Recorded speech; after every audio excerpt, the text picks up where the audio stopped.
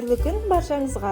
Менің каналыма қош келдіңіздер. Бүгін сіздермен өте дәмді, әдемі, ерекше болып шығатын сүзбелі корзинкалар дайындаймыз.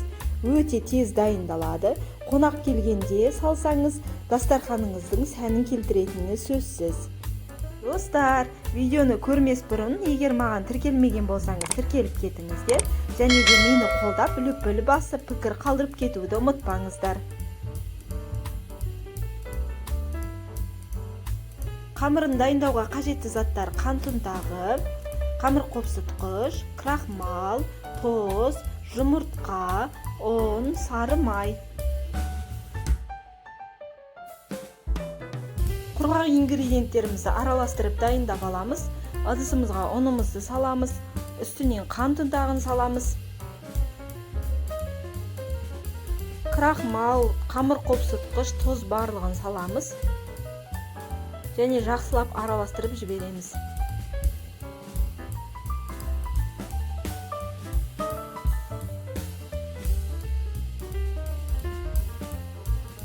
Құрғақ ингредиенттеріміздің үстінен бөлме температурасындағы сары майымызды саламыз. Және де ұн мен сары майды біріктіре отырып крошка жасаймыз.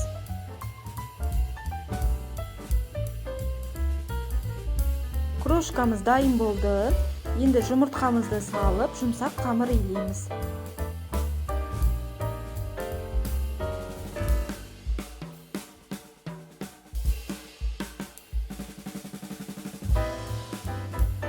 Неге қамырын илеп дайындап қойдым.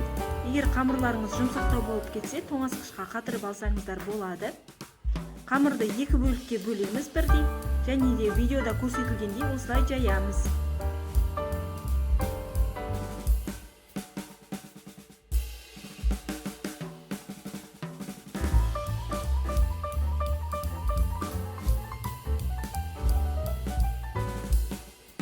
Және де кез келген домалақ формамен осылай ойып аламыз. Мен кесені пайдаландым.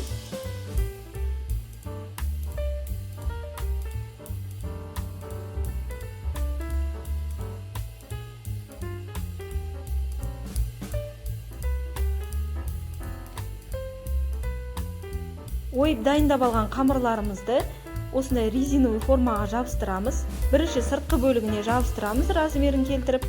Одан кейін ішіне салып, біркелкі қып жабыстырып шығамыз. Капкейдің осындай резиновый формаларын қолдандым. Негізінде тарталеткаларға арналған темір формаларда болады кондитерлік дүкендерде. Сондай сатып алып қолдансаңыздар да болады.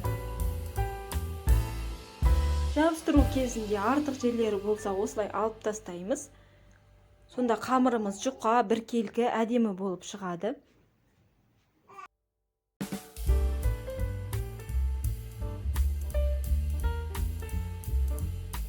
Корзинкаларымыздың салмасын дайындаймыз. Бізге осындай сүзбе қажет, яғни творог. Сүзбеміздің үстінен жұмыртқамызды саламыз. Крахмал саламыз. Крахмалдың орнына ұн қолдансаңыздар да болады. Құмшекер саламыз. Және кішкене қаймақ қосып жібереміз. Барлығын салып, жақсылап араластырып аламыз.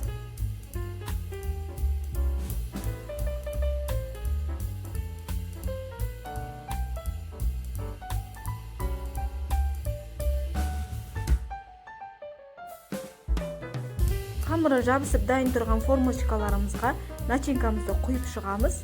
Қатты толтырмай құямыз, өйткені пісу барысында кішкене көтеріледі.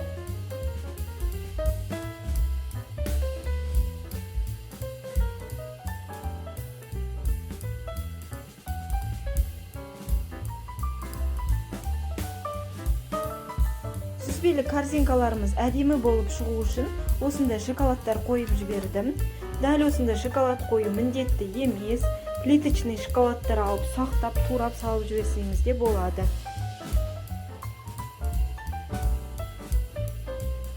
Барлығын құйып дайындап алдым.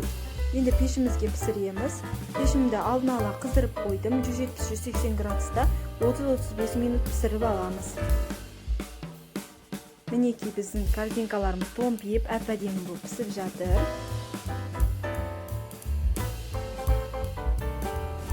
Сүзбелі корзинкаларымыз дайын болды. Әдемілік үшін бетіне осындай қант ұнтағын сеуіп жібереміз. өте әдемі, дәмді, сүйкімді болып шығады. Сіздерге де жасап көруге кеңес беремін. Қонақтарыңыздың көңілінен шығатынына сенімдімін.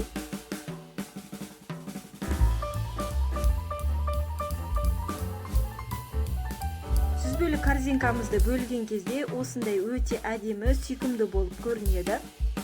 Достар, видеоны ұнаса лүпіл басып, пікір қалдырып, маған тіркеліп кетіңіздер. Алдағы уақытта үй жағдайында өте тез дайындалатын рецепттер шығып отырады. Видеоны соңына дейін тамашалап, менімен бірге болғаныңызға рахмет.